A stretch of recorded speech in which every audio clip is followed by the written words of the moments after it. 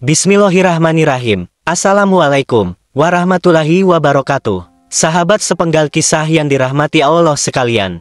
Kisah api. Pada zaman dahulu ada seorang yang merenungkan cara bekerjanya alam, dan karena ketekunan dan percobaannya, akhirnya ia menemukan bagaimana api diciptakan.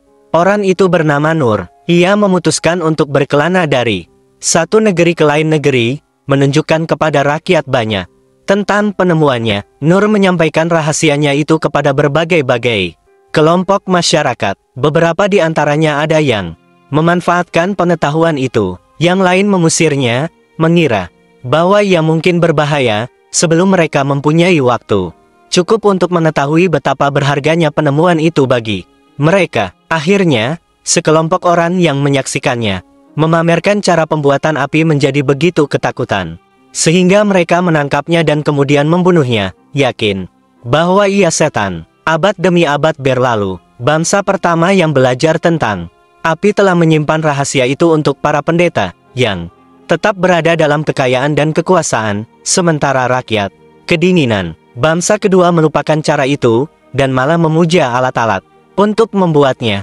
Bangsa yang ketiga memuja patung yang menyerupai Nur, sebab ialah yang telah mengajarkan hal itu. Yang keempat tetap menyimpan kisah api dalam kumpulan dongengnya. Ada yang percaya, ada yang tidak. Bangsa yang kelima benar-benar mempergunakan api, dan itu bisa menghangatkan mereka, menanat makanan mereka, dan mempergunakannya untuk membuat alat-alat yang berguna bagi mereka. Setelah berpuluh-puluh tahun lamanya, seorang bijaksana dan beberapa pengikutnya mengadakan perjalanan melalui negeri-negeri bangsa-bangsa tadi. Para pengikut itu tercengang melihat bermacam-macamnya upacara yang dilakukan bangsa-bangsa itu, dan mereka pun berkata kepada gurunya, tetapi semua kegiatan itu nyatanya berkaitan dengan pembuatan api, bukan yang lain. Kita harus mengubah mereka. Itu, sang guru menjawab, baiklah.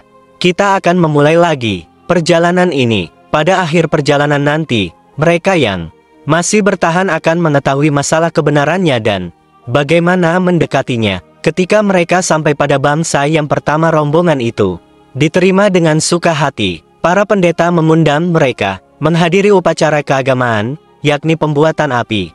Ketika upacara selesai, dan bangsa itu sedang mengagumi apa yang mereka saksikan, guru itu berkata, apa ada yang ingin mengatakan sesuatu? Pengikut pertama berkata, demi kebenaran, saya merasa harus menyampaikan sesuatu kepada rakyat ini.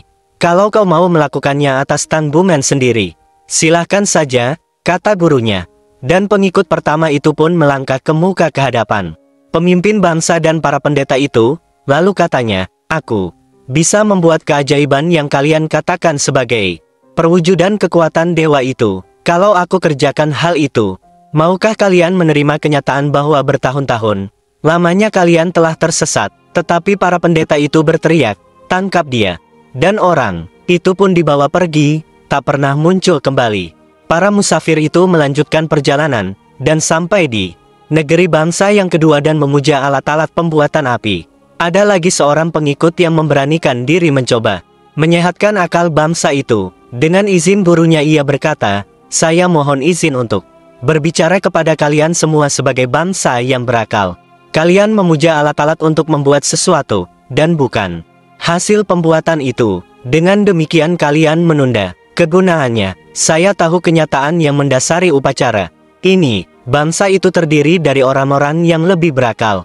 Tetapi mereka berkata kepada pengikut kedua itu, saudara, diterima baik sebagai musafir dan orang asing di antara kami. Tetapi, sebagai orang asing yang tak mengenal sejarah dan adat kami, saudara tak memahami apa yang kami kerjakan. Saudara berbuat kesalahan. Barangkali saudara malah berusaha membuang atau mengganti agama kami. Karena itu kami tidak mau mendengarkan saudara. Para musafir itu pun melanjutkan perjalanan. Ketika mereka sampai ke negeri bangsa ketiga, mereka menyaksikan di depan setiap rumah terpancang patung Nur, orang pertama yang membuat api. Pengikut ketiga berkata kepada pemimpin besar itu, patung itu melambangkan orang yang melambangkan kemampuan yang bisa dipergunakan. Mungkin begitu, jawab para pemuja Nur, tetapi yang bisa menembus rahasia sejati hanya beberapa orang saja. Hanya bagi beberapa orang yang mau mengerti, bukan bagi mereka yang menolak menghadapi kenyataan, kata pengikut. Ketiga itu bita kepangkatan, dan berasal dari orang yang bahkan tak bisa mempergunakan bahasa kami secara benar, dan bukan pendeta yang ditabiskan menurut adat kami, kata pendeta-pendeta itu, dan pengikut Darwis itu pun bisa melanjutkan usahanya. Musafir itu melanjutkan perjalanannya, dan sampai di negeri bangsa keempat. Kini pengikut keempat maju ke depan.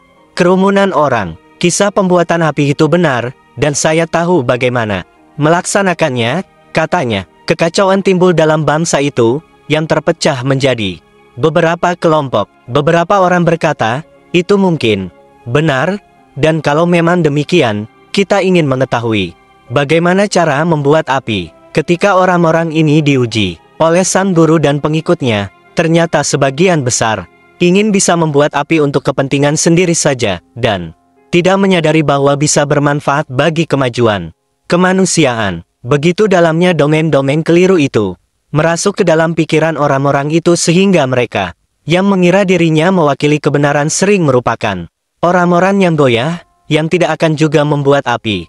Bahkan setelah diberitahu caranya, ada kelompok lain yang berkata, jelas domain itu tidak benar. Orang itu hanya berusaha membodohi kita, agar ia mendapat kedudukan di sini. Dan kelompok lain lagi berkata, kita lebih suka dongeng itu.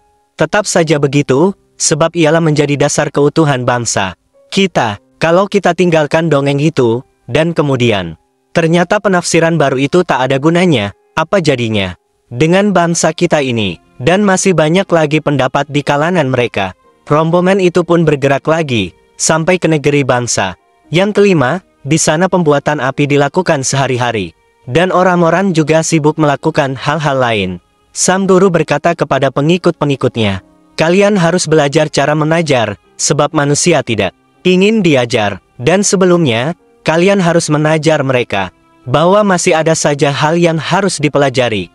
Mereka membayangkan bahwa mereka siap belajar, tetapi mereka ingin mempelajari apa yang mereka bayangkan harus dipelajari, bukan apa yang pertama-tama harus mereka pelajari.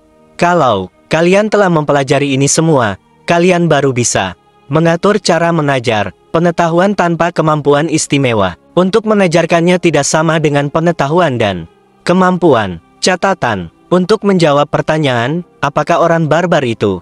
Ahmad Al-Badawi, meninggal tahun 1276, berkata, seorang barbar adalah manusia yang daya pahamnya begitu tumpul sehingga ia mengira bisa mengerti dengan memikirkan, atau merasakan sesuatu yang hanya dipahami lewat pengembangan dan penerapan terus-menerus terhadap usaha mencapai Tuhan. Manusia menertawakan Musa dan Yesus, atau karena mereka sangat tumpul, atau karena mereka telah menyembunyikan diri mereka sendiri apa yang dimaksudkan mereka itu ketika mereka berbicara dan bertindak. Menurut cerita Darwis, ia dituduh menyebarkan Kristen dan orang Islam, tetapi ditolak oleh orang-orang Kristen karena menolak dogma Kristen lebih lanjut secara harafiah.